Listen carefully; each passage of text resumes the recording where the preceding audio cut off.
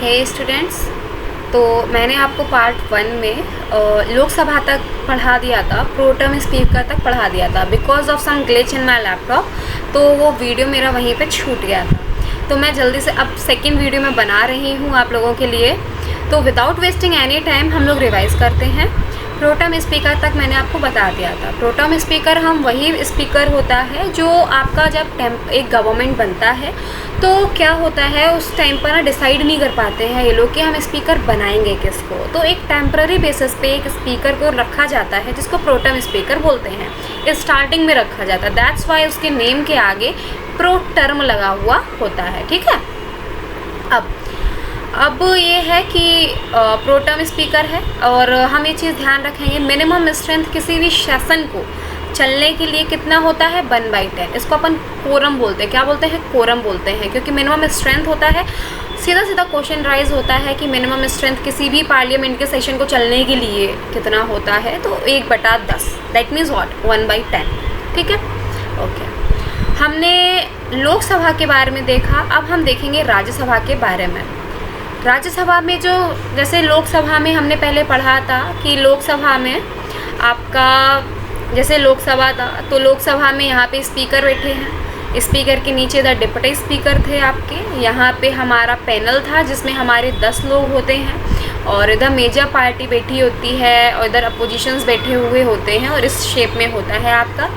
तो deputy speaker था। फिर इसी में ही लोकसभा के अंदर मैंने आपको प्रोटम स्पीकर के बारे में भी बताया। ठीक है, अब वहीं पे अब जब राज्यसभा के बारे में बात करते हैं सेम होता है, बट इसमें ज़्यादा पोजीशंस नहीं है, ज़्यादा पोस्ट नहीं है इसके अंदर। तो राज्यसभा है आपका जिसको हम लोग हाउस ऑफ मिनिस्टर्स भी बोलते हैं।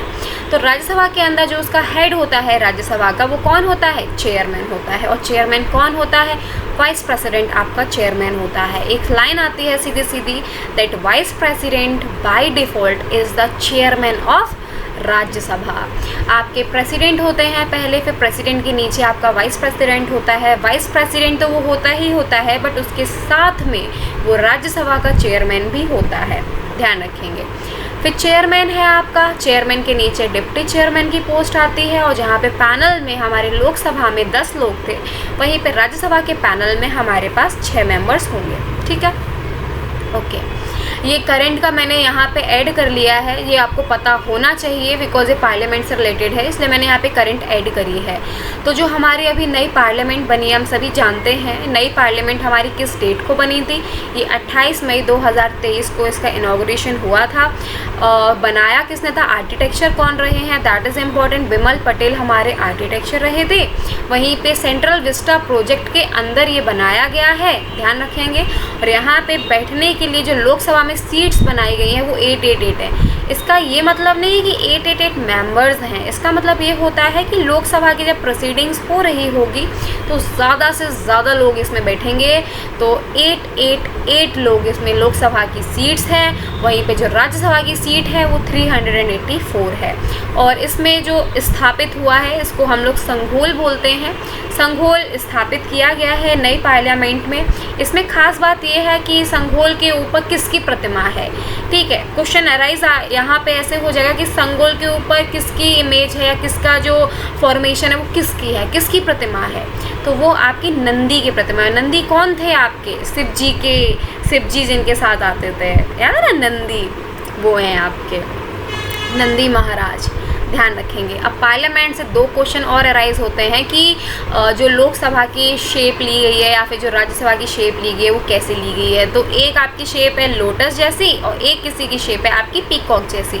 अब आपको ये सर्च करना है और ये पता लगाना है कि लोटस किसकी शेप है और पीकॉक किसकी शेप है।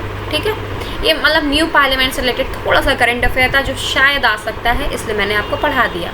ओके, अब हमने लोकसभा तक बात कर ली, हमने उसके क्या बोलते हैं एक ओवरव्यू ले लिया। अब हम थोड़ा सा डीप में पढ़ेंगे कि अब क्या होगा। हमने स्पीकर के बारे में बात करी, हमने डिप्टी स्पीकर का हमने पोस्ट किया, हमने पैनल के बारे में बात करी। ठीक है, अब हम उसको थोड़ा सा डीप पढ़ेंगे कि स्पीकर बनने के लिए क्या क्या क्वालिफिकेशंस होती हैं या फिर स्पीकर का काम क्या होता है। ये सारी बातें हम अब करने वाले हैं। ठीक है, देखो अगर मैं स्पीकर बात करती हूँ दैट मीन्स मैं लोकसभा के बारे में बोल रही हूँ। अगर मैं चेयरमैन बात करती हूँ दैट मीन्स मैं राज्यसभा के बारे में बोल रही हूँ। ये आपको ध्यान रखना है, ठीक है। स्पीकर आपका लोकसभा के अंदर होता है। इलेक्शन जो होता है, इलेक्शन की जो डेट होती है वो प्रेसिडेंट फिक्स करते हैं। आपकी जो इसका टेन्योर होता है वो तब तक होता है जब तक आपका लोकसभा एग्जिस्ट कर रही है, बिकॉज ये मेजर पार्टी का होता है। अगर मेजर पार्टी किसी कारणवश गिर जाती है या उसको गिरा दिया जाता है नॉन कॉन्फिडेंस मोशन के तहत, तो फिर आपका जो स्पीकर है वो हट जाएगा, ठीक है। इसका टेन्योर इसलिए इम्पॉर्टेंट होता है कि वैसे तो इलेक्शन आपका जो स्पीकर है वो तब तक है जब तक आपका लोकसभा एग्जिस्ट कर रही है, बट एक कंडीशन भी होती है, but does not Venkat on dissolution of Lok Sabha. मान लो लोकसभा का डिसोल्यूशन हो जाता है तब पर फिर भी स्पीकर अपनी पोस्ट पे रहता है। स्पीकर की जो पोस्ट होती है वो वैकेंट नहीं होती है। ध्यान रखेंगे, वर्ड ध्यान रखना है आपको, डिसोल्यूशन। लोकसभा से रिलेटेड बहुत सारे वर्ड्स होते हैं, बट आपको ये ध्यान रखना है कि जब डिसोल्यूशन ऑफ लोकसभा होता है तब जो आपका स्पीकर है वो वैकेंट सीट को वैकेंट नहीं करता है। रिज़ाइन किसको करेगा? स्पीकर डिप्टी स्पीकर को रिज़ाइन करता है। डिप्टी स्पीकर स्पीकर को करेगा, बट स्पीकर जो है वो डिप्टी स्पीकर को रिज़ाइन करता है, प्रेसिडेंट को रिज़ाइन नहीं करेगा। ये चीज़ आप ध्यान रखोगे, ठीक है। अगर हम रिमूवल की बात करते हैं तो रिमूवल क्या होता है, इसका इफेक्टिव मेजॉरिटी से स्पीकर का रिमूवल किया जाता है, और लोकसभा से तो होता ही है, जाहिर सी बात है। 14 डेज़ का नोटिस दिया जाता है स्पीकर को। रिमूवल से पहले 14 दिन का नोटिस उसको दिया जाता है, ध्यान रखेंगे। और जब तक आपको नोटिस दिया जाता है, दूसरा एक परमानेंट स्पीकर जब तक नहीं बनता तब तक हम एक टेम्प्ररी स्पीकर को रखते हैं, नॉट अ बिग डील। या फिर उन 14 दिन तक जब तक कि एक फाइनल रिजल्ट नहीं बनता, क्योंकि इफेक्टिव मेजॉरिटी भी तो होना चाहिए। अगर आपको रिमूव करना है तो इफेक्टिव मेजॉरिटी होना चाहिए। तो जब तक उसका डिसीजन नहीं बनता कि ये हट रहे हैं आपके स्पीकर साहब या नहीं हट रहे हैं, तब तक एक टेम्प्ररी स्पीकर रखे जाते हैं, ठीक है, ध्यान रखेंगे। अब स्पीकर के जो फंक्शन है, डिसिप्लिन को मेंटेन करना, या फिर एक कास्टिंग वोट की पावर होती है, which is very special power of the speaker. Casting vote की पावर इनके पास होती है। दैट मीन्स जब एक डेडलॉक की कंडीशन बनती है तब आप वो वोट कास्ट कर सकते हैं। डेडलॉक की कंडीशन का मतलब होता है जब 50-50 हो रहा है, ठीक है, दोनों तरफ 50-50 चल रहा है, तो स्पीकर अपना वोट कास्ट कर सकता है। इसीलिए उसको कास्टिंग वोट बोलते हैं, बिकॉज उसका एक वोट पूरा पासा पलट सकता है, तो इसलिए कास्ट वोट, यानी कि कास्टिंग वोट की पावर स्पीकर के पास होती है। जॉइंट सिटिंग को प्रेसाइड करता है आपका स्पीकर। किसी बिल को डिसाइड करता है कि वो मनी बिल है या फिर नहीं है, उसको डिसाइड करने वाला कौन है? हमारे स्पीकर साहब हैं, ठीक है। अब क्या है कि appoints the chairman of the committee of Lok Sabha. जो कमिटीज़ के जो चेयरमैन वगैरह होते हैं उनको अपॉइंट करने का काम भी आपके स्पीकर का होता है। Acts as ex officer chairman, ध्यान रखेंगे। स्पीकर के सारे मैंने आपको फंक्शन के बारे में बता दिया। अब स्पीकर के नीचे आपका आता है डिप्टी स्पीकर। डिप्टी स्पीकर देखो, डिप्टी स्पीकर इसलिए नया होता है कि क्योंकि साउंड से लगेगा कि स्पीकर के नीचे डिप्टी स्पीकर है। दैट मीन्स क्या है, वो स्पीकर का एक, हम अपनी भाषा में बोलेंगे कि लाइक चमचा टाइप है, बट ऐसा नहीं है, ठीक है। डिप्टी स्पीकर इंडिपेंडेंट होता है। ये जो लिखा है, ये डिप्टी स्पीकर कैसा होता है? इंडिपेंडेंट होता है, not subjugate to speaker. That means what, उसके अंदर ये काम नहीं करता है, ये अपना इंडिपेंडेंट होता है, अपने डिसीजंस खुल के ले सकता है, कोई इसको ज़रूरत नहीं है स्पीकर की एडवाइस की, ठीक है। अब डिप्टी स्पीकर को चुनता कौन है? इलेक्टेड बाई लोकसभा के मेंबर्स इसको चुनते हैं। डेट ऑफ इलेक्शन आपके स्पीकर साहब लाते हैं। Automatically become chairman of particular committee. जिस तरीके से आपके जो प्रेसिडेंट साहब हैं वो राज्यसभा के चेयरमैन बन जाते हैं, ठीक उसी प्रकार से जो आपका अगर डिप्टी स्पीकर बन जाता है तो वो किसी ना किसी कमेटी का क्या बन जाता है? चेयरमैन बन जाता है, ध्यान रखेंगे। एक्ट्स एज, अब अगर आपके पास स्पीकर नहीं है तो डिप्टी स्पीकर ही स्पीकर की तरह काम करेगा। Acts as speaker when speaker is absent, ठीक है। लेकिन कंडीशन होती है कि जब स्पीकर एब्सेंट है तब डिप्टी स्पीकर जो होता है वो स्पीकर की तरह काम कर सकता है, बट अगर स्पीकर की सीट ही वैकेंट है तो डिप्टी स्पीकर उसकी पोजीशन नहीं ले सकता। मान लो यार बुखार आ गया, मान लो यार वाइफ साथ गोवा घूमने जा रहे हैं, तो आपको क्या है, जो डिप्टी स्पीकर हैं वो स्पीकर की जगह ले सकते हैं, वो प्रोसीडिंग्स कर सकते हैं। बट अगर मान लो स्पीकर की सीट ही नहीं है, वैकेंट स्पीकर ही नहीं है, तो आपको नया इलेक्शन करवाना पड़ेगा स्पीकर के लिए, ठीक है। अब जो डिप्टी स्पीकर होता है वो स्पीकर को अपना रेजिग्नेशन है स्पीकर को देगा। रिमूवल जिस तरीके से आपका स्पीकर का रिमूवल होता है ठीक उसी प्रकार से आपका डिप्टी स्पीकर का रिमूवल होता है। दैट मीन्स इफेक्टिव मेजोरिटी से होगा और 14 दिन का टाइम इनको भी दिया जाएगा और जब तक इनका फाइनल रिजल्ट नहीं आ जाता तो एक टेम्पररी डिप्टी स्पीकर हम लेके आएंगे। ठीक है ना, सारा का सारा सेम चीज़ है। ओके, अब जैसा कि मैंने बताया था आपको लोकसभा के पैनल्स के बारे में, इसमें 10 लोग होते हैं तो इनका देख लेते हैं कि जो पैनल के बारे में है वो कॉन्स्टिट्यूशन में मेंशन्ड नहीं है। पहली बात तो ये। अब 10 मेंबर्स हैं तो ये 10 कहो कि 10 मेंबर्स कौन चुनता है? आपके स्पीकर साहब सुनते हैं। जितने भी आपके 10 के 10 मेंबर्स होते हैं इसको कौन चुनता है?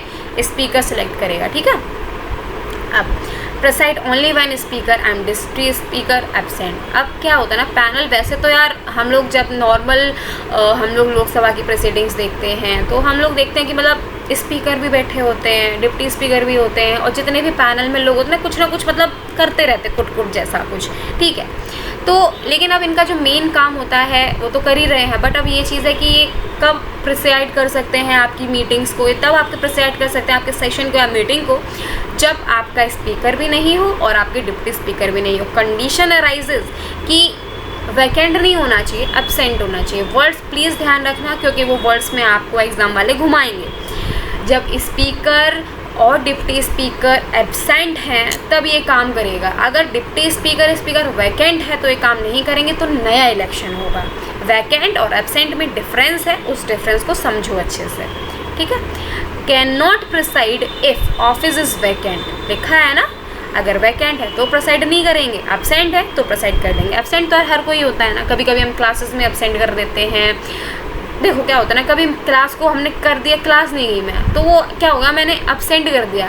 ठीक है, अब मैंने स्कूल से एडमिशन ही हटा लिया, मैं दूसरे स्कूल में चली गई तो मतलब क्या होगा, वैकेंट हो गई मेरी सीट। तो इसका मतलब आप यहाँ से कनेक्ट ऐसे कर सकते हो। ठीक है, प्रोटेम स्पीकर टेम्पररी स्पीकर होता है, पता है जब नई गवर्नमेंट बनती है तब के बारे में है और यूजुअली हम सीनियर मोस्ट मेंबर को ही आपका प्रोटेम स्पीकर बनाते हैं। ठीक है, ध्यान रखेंगे। एक पोस्ट और होती है आपकी लोकसभा के अंदर जिसका मेंशन होता है कि सेक्रेटरी जनरल क्या होता है। ये भी सेक्रेटरी जनरल आपकी एक पोस्ट होती है, ये लोकसभा के अंदर होती है। इसमें क्या होता है, ये कम्युनिकेट करता है थिंग्स अंडर स्पीकर, मतलब लाइक मेंबर्स से स्पीकर की तरफ जा रहा है, स्पीकर को बता रहा है, या फिर स्पीकर से लेके कहीं डिप्टी स्पीकर को करना या फिर मेंबर से करना, मतलब कम्युनिकेशन का काम करना अल्टीमेटली किसका काम है, ये आपके सेक्रेटरी जनरल का काम होता है। ठीक है, बस इसका ये कम्युनिकेशन वाला काम होता है। किसी भी बिल को पास नहीं कर सकता है, इसका आप ध्यान रखोगे। इसको पासिंग ऑफ द बिल की पावर इसके पास नहीं होते, बस एक पोस्ट है जो कि मेन आपका कम्युनिकेशन के लिए यूज़ होता है बस। ठीक है, अब यहाँ पे आ जाओ। हमने लोकसभा के बारे में speaker, deputy speaker, secretary general, protem speaker सारी बात कर ली। अब हम राज्यसभा पे आते हैं। राज्यसभा में क्या होता है, आपके चेयरमैन साहब हैं। चेयरमैन हमको पता है हमारे वाइस प्रेसिडेंट चेयरमैन की तरह एक्ट करते हैं, बट अगर मान लो प्रेसिडेंट आपके एब्सेंट है या फिर प्रेसिडेंट की जगह किसी किसी कंडीशंस में हमें वाइस प्रेसिडेंट को प्रेसिडेंट बनाना पड़ता है, तब आपके जो वाइस प्रेसिडेंट साहब हैं वो राज्यसभा को प्रेसाइड नहीं करेंगे। ठीक है, इतना ध्यान रखना है। अगर आपके क्या है ना कि आपके जो वाइस प्रेसिडेंट साहब हैं वो बन गए प्रेसिडेंट, तो अब जो राज्यसभा, क्योंकि राज्यसभा को तो वाइस प्रेसिडेंट ही कर देना, तो अब उनकी जगह दूसरा कोई आएगा, क्योंकि अब आपके वाइस प्रेसिडेंट क्या हो गए हैं, प्रेसिडेंट हो गए, तो वो राज्यसभा को अब प्रेसाइड या फिर राज्यसभा के अब वो चेयरमैन नहीं रहेंगे उतने टाइम तक। ध्यान रखेंगे। देखो लिखा है यहाँ पे कि when vice president act as president तो he can not preside as chairman of Rajya Sabha, तो वो चेयरमैन ऑफ राज्यसभा नहीं, क्योंकि यार जाहिर सी बात है, कॉमन सेंस है, क्योंकि अब वो प्रेसिडेंट बन चुके हैं। इसमें क्या होता है कि not a member of Rajya Sabha but can cast a vote, वो वोट को कास्ट कर सकते हैं जस्ट लाइक स्पीकर। ध्यान रखेंगे,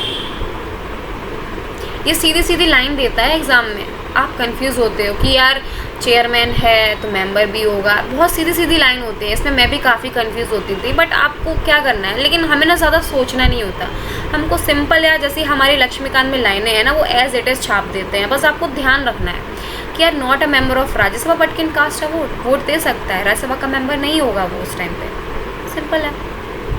ठीक है, वहीं पे चेयरमैन के बात आता है डिप्टी चेयरमैन, ये राज्यसभा के द्वारा बनाया जाता है और can act as chairman. Common sense है, पता है रिज़ाइन किसको करेगा, चेयरमैन को करेगा, सिंपल है, ठीक है। स्पीकर हो गया, चेयरमैन हो गया। अब हम बात करते हैं पार्लियामेंट के बारे में कि ठीक है, अब सारा क्लियर हो गया, लोकसभा, राज्यसभा, स्पीकर के सारे पार्ट्स, चेयरमैन, सब। अब हम बात करते हैं कि पार्लियामेंट में हमारे ना कमिटीज़ होती हैं, ठीक है, कितनी कमिटीज़ होती हैं देखते हैं। देखो पार्लियामेंट में आपकी देखो जो कमिटीज़ होती हैं वो डिवाइड होती हैं दो टाइप में। एक होती है आपकी परमानेंट, आई होप आपको दिख रहा हो बिकॉज मेरा जो कैमरा है वो इतने में आ रहा होगा, बट मैं आपको ऊपर करके पढ़ा दूँगी, ठीक है, ओके, स्क्रॉल करके पढ़ा दूँगी। देखो पार्लियामेंट कमेटी के बारे में बात करेंगे। देखो पहली क्या होती है आपकी स्टैंडिंग कमेटी होती है जिसको अपन लोग परमानेंट कमेटी बोलते हैं। एक होती है आपकी एडहॉक कमेटी जिसको हम लोग टेम्पररी कमेटी भी बोलते हैं, ठीक है। अब financial committee, important one is what, financial committee. हमें सारा नहीं पढ़ना है, हमें बस फाइनेंशियल कमेटी के बारे में पढ़ना है। देखो अब फाइनेंशियल कमेटी क्या होती है कि इसके अंदर आपके 3 पार्ट्स आते हैं, 3 कमेटी होते हैं। एक होती है आपकी पब्लिक अकाउंट कमेटी, एक कमेटी आपकी होती है एस्टिमेट कमेटी, एक कमेटी होती है आपकी एस्टिमेट कमेटी, एक कमेटी होती है आपकी पब्लिक अंडरटेकिंग कमेटी। तो कितनी कमिटीज़ होती हैं हमारे पास, 3 कमिटीज़ होती हैं। मेरा लैपटॉप हैंग बहुत करता है यार, दिक्कत है बहुत, ठीक है, ओके। देखो अब पब्लिक अकाउंट कमेटी के बारे में बात करते हैं। तो पब्लिक अकाउंट कमेटी आपकी सबसे पुरानी कमेटी होती है। पब्लिक अकाउंट कमेटी सबसे पुरानी कमेटी है जिसमें आपके 15 मेंबर लोकसभा के होते हैं और 7 मेंबर आपके राज्यसभा के होंगे, ठीक है। टोटल 22 मेंबर्स होते हैं इसमें। इसका जो टर्म है, टेन्योर होता है, 1 साल का टेन्योर होता है। और पब्लिक अकाउंट कमेटी में जो भी लोग मतलब अपॉइंट किए जाते हैं वो स्पीकर के द्वारा अपॉइंट किए जाते हैं। और ज़्यादातर केसेस में जो मतलब जो अगर हम चेयरमैन की बात कर लें, जो हेड होता है वो कौन होता है, लीडर ऑफ अपोजिशन से आपका हेड बनता है। और किसके द्वारा, कैसे, एसटीवी से चुने जाते हैं मेंबर्स, जो इलेक्ट होते हैं वो एसटीवी से चुने जाते हैं। और इनका काम क्या होता है, इनका मेन काम होता है ये चेक की रिपोर्ट्स को एग्जामाइन करते हैं, ठीक है, ध्यान रखेंगे। चेक की रिपोर्ट्स को एग्जामाइन करने का काम होता है जो पब्लिक अकाउंट कमेटी होती है उनके लोगों का। मेंबर्स ध्यान रखेंगे 22 मेंबर होते हैं जिसमें 15 मेंबर आपके लोकसभा से जाते हैं और 7 मेंबर आपके राज्यसभा से जाते हैं, ओके। अब नेक्स्ट आता है आपका एस्टिमेट कमेटी। एस्टिमेट कमेटी में याद रखने वाली बात ये होती है कि इसमें सारे के सारे मेंबर्स आपके लोकसभा के होते हैं। इसमें कोई भी मेंबर आपका राज्यसभा का नहीं होता है, सारे के सारे मेंबर्स लोकसभा के होते हैं। 30 मेंबर होते हैं। और रिकमेंडेड, ये जो एस्टिमेट कमेटी है इसको रिकमेंड किया था आपको जॉन मैथाई ने, ठीक है। चेयरमैन जो है रूलिंग पार्टी से बनता है, स्पीकर अपॉइंट करता है उसको। पब्लिक अंडरटेकिंग कमेटी हम बात करेंगे, वही है 15 मेंबर लोकसभा से, 7 मेंबर राज्यसभा से, 1 साल का होता है टेन्योर। इसमें कोई भी मिनिस्टर इसमें भी नहीं होता है। और पब्लिक अंडरटेकिंग कमेटी के बारे में कि इसको रिकमेंड किया था आपका कृष्णा मैनन ने रिकमेंड किया था। चेयरमैन जो होता है वो लोकसभा से बनता है, लोकसभा से ही बन सकता है, ठीक है ना, अपॉइंटेड बाय स्पीकर, सिंपल है। इसका भी काम क्या होता है, examine report of check, check की रिपोर्ट का एग्जामाइन करने का काम होता है आपका इन सारी कमिटीज़ का। देखो, और चेक की रिपोर्ट होती है कंट्रोलर ऑडिटर जनरल। और चेक की जो रिपोर्ट होती है 3 टाइप की रिपोर्ट्स होती हैं, एक्स्ट्रा इन्फॉर्मेशन है, ध्यान रख लो। एक होती है कि ऑडिट रिपोर्ट होगी आपकी एप्रोप्रिएशन अकाउंट के ऊपर, एक होगी आपकी पब्लिक अंडरटेकिंग के ऊपर, एक होगी आपकी फाइनेंशियल अकाउंट के ऊपर। इसी रिपोर्ट को चेक करने का भी काम, क्योंकि यार देश का पूरा लेखा जोखा, पैसा कहाँ से आ रहा है, कहाँ को जा रहा है, कितना जा रहा है, सारा का सारा काम यार CAG का होता है। कुछ भी घपला कर सकता है वो, तो उसको चेकिंग के लिए भी कुछ कमिटीज़ बिठाई गई हैं जो आपकी रिपोर्ट्स को भी चेक करेगी कि आपने कहाँ से क्या, कितना पैसा कैसे इधर से उधर हुआ है। इसलिए ये कमिटीज़ बहुत इम्पॉर्टेंट होती हैं, ओके। अब कमेटी वाला सेक्शन हमारा ख़त्म हो गया है। अब हम बात करते हैं पार्लियामेंट में प्रोसीडिंग्स के बारे में कि पार्लियामेंट में कोई भी जब सेशन होता है तो वो कितने टाइम में, मतलब या फिर उस सेशन के अंदर क्या क्या इंपॉर्टेंट चीज़ें हैं जो हमें याद रखनी चाहिए। जैसे सेशन के अंदर आपका एक क्वेश्चन आवर आ जाता है। क्वेश्चन आवर की टाइमिंग जो होती है वो डिसाइड होती है कि वो 11 से 12, ये दोपहर का 11 से 12 है, रात का 12 नहीं समझना है क्योंकि वो AM में चला जाता है। तो दोपहर सुबह का 11 से 1 घंटे का टाइम होता है, इसको क्वेश्चन आवर होता है, जिसमें आपका जो भी मेंबर्स हैं मिनिस्टर से क्वेश्चन अराइज कर सकते हैं। क्वेश्चन आपके 2 टाइप के होते हैं। पहला टाइप आता है आपका स्टैंडर्ड क्वेश्चन, दूसरा टाइप आता है आपका अनस्टैंडर्ड क्वेश्चन।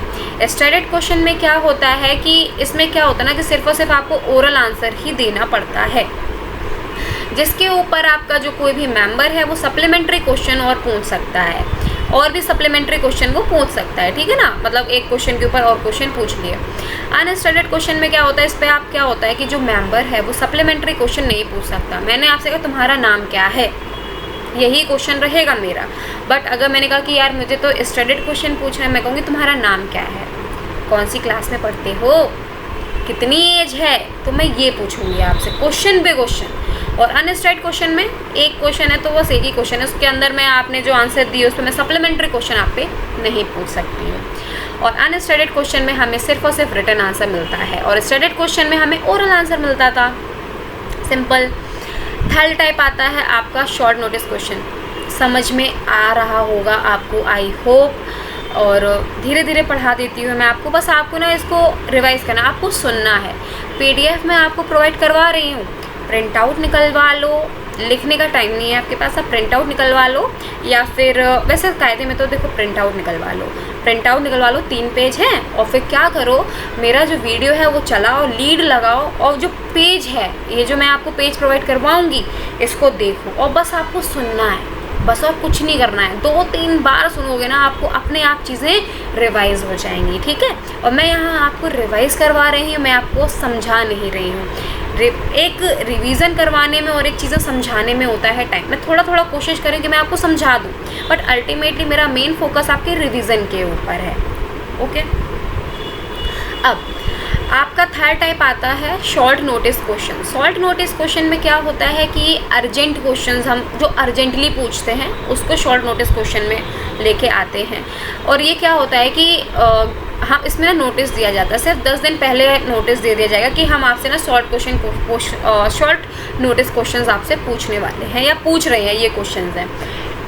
इसका जो आंसर होता है वो भी ओरली ही दिया जाता है, ध्यान रखेंगे, ठीक है। अब आता है आपका 0 आवर। 0 आवर आप ऐसे कंसीडर कर सकते हो कि 0 hour can be regarded as break hour, ठीक है। बस इतना ध्यान रखो, ये ब्रेक आवर है, इस पे मतलब कुछ भी कर सकते हो आप। लाइक जैसे 0 आवर आता है ना, आपका कॉन्स्टिट्यूशन में मेंशन्ड नहीं है, ठीक है, किसी भी रूल बुक में मेंशन नहीं है, कहीं भी कॉन्स्टिट्यूशन में मेंशन नहीं है, समथिंग लाइक ब्रेक।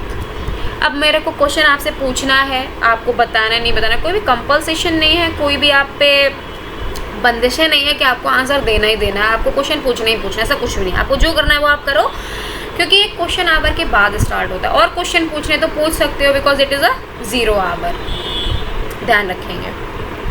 अब हमने प्रोसीडिंग्स के बारे में पढ़ लिया है। कुछ चीज़ें और इम्पॉर्टेंट है, क्योंकि यहाँ से क्वेश्चन भी सीधा सीधा पूछ लिया जाता है, मेजॉरिटी से रिलेटेड और मोशन से रिलेटेड, बस वो पढ़ लो, आपका पार्लियामेंट ऑलमोस्ट ख़त्म है, ठीक है। देखो सीधे क्वेश्चन बनते हैं यार।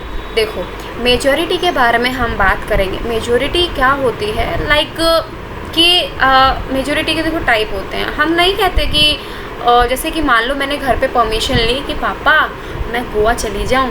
अब पापा कहते हैं, मान लो मेरे घर में 8 लोग हैं, पापा ये कहते हैं कि यार मेजॉरिटी अगर होगी, मेजर लोगों ने बोल दिया तो आप चले जाना। अगर मेजॉरिटी आपकी नहीं हुई, लोगों ने ज़्यादातर लोगों ने क्या किया, मना कर दिया, तो आपको गोवा नहीं जाना है। तो इसमें क्या होता है कि 8 लोग हैं, तो यार 4 लोगों ने कहा कि जाओगी, 4 लोगों ने कहा नहीं जाओगी, तो कोई मेजॉरिटी हुई क्या? कोई मेजॉरिटी नहीं हुई। लेकिन क्या हुआ कि 5 लोगों ने कह दिया कि चल श्वेता तो चली जा गोवा, कोई दिक्कत नहीं है, और बाकी के 3 लोगों ने कह दिया मत जाओ। तो यानी कि मेरे पास क्या है, मेरे पास मेजॉरिटी है। मैं पापा से कह सकती हूँ पापा आई हैव द मेजॉरिटी, मेरे पास मेजॉरिटी है, ठीक है। इसको मेजॉरिटी बोलते हैं, समझ आया गया। मेजॉरिटी की अगर हम टाइप्स की बात करेंगे, अब उसके भी टाइप होते हैं कि गिनती में मतलब कितने लोगों ने बोला है। जैसे कि मान लो मतलब एक ना कैलकुलेशन के बेसिस पे हमने मेजॉरिटी के टाइप्स बनाए। जैसे कि आपके 4 टाइप हैं, एक होता है आपका सिंपल मेजॉरिटी, एक होता है आपका स्पेशल मेजॉरिटी। आपका एब्सोल्यूट मेजॉरिटी, एक होता है आपका इफेक्टिव मेजॉरिटी। ये गिनती के बेसिस पे कि यार इसका 2/3 अगर बोल रहे हैं लोग, मान लो जैसे कि मान लो कैलकुलेशन नहीं होती, जैसे कि मान लो कि मुझे 8 लोग हैं, 5 लोगों ने बोल दिया, तो हम ऐसे कह देंगे कि टोटल मेजॉरिटी का हाफ प्लस 1।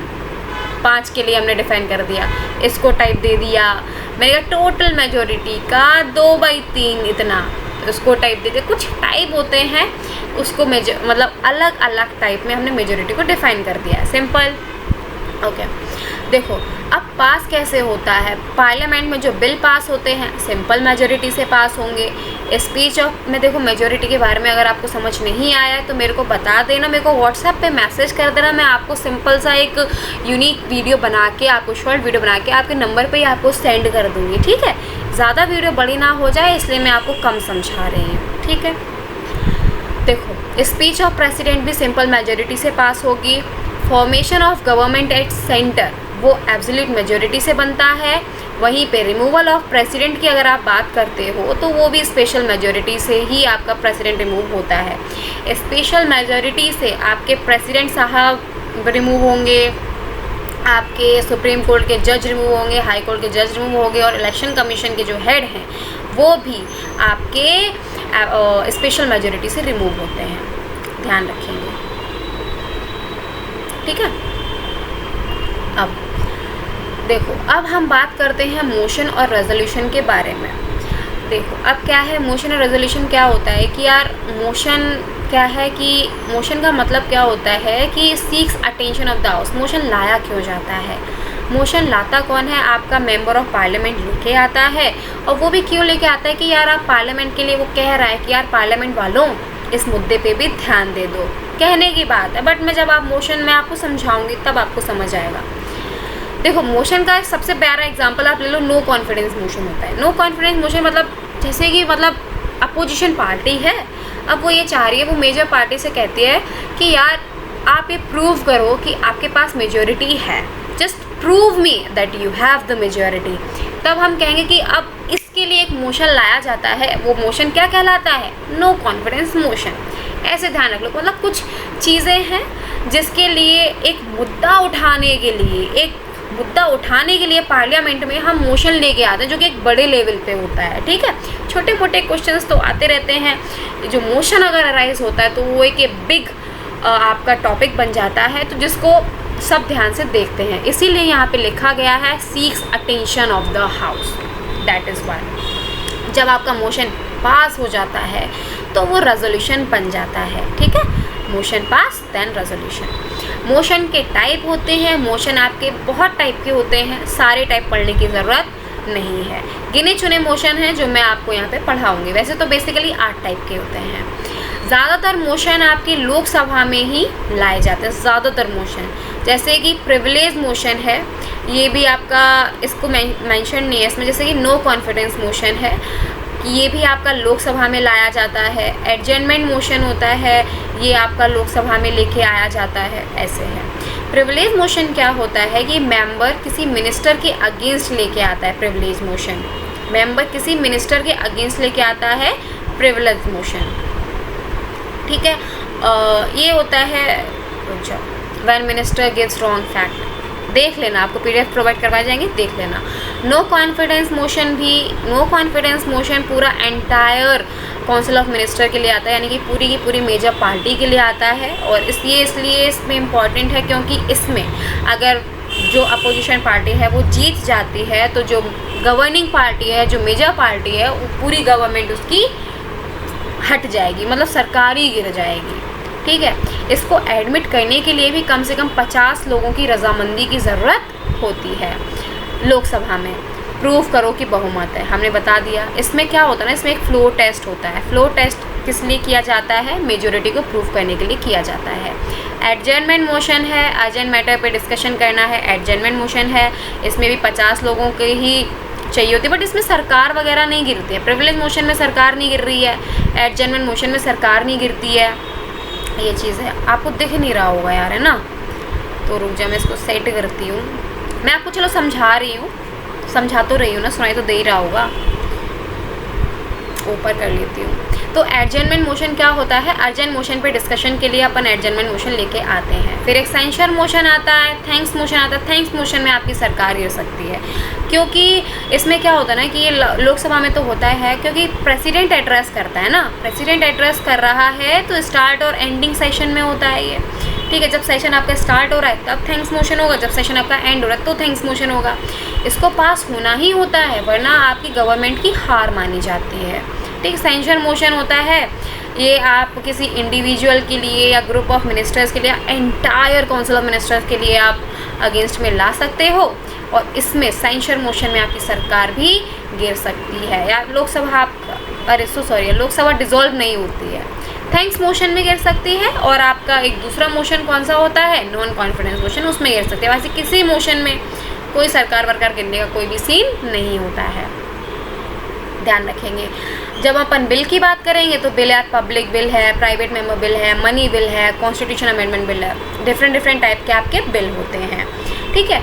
अब दो बिल ऐसे होते हैं, एक आपका होता है मनी बिल और एक होता है आपका कॉन्स्टिट्यूशन अमेंडमेंट बिल, जिस पे जॉइंट सेटिंग नहीं होती है। बाकी के सारे बिल पे जॉइंट सेटिंग हो जाती है, बट इन दो बिल पे जॉइंट सेटिंग नहीं होती है।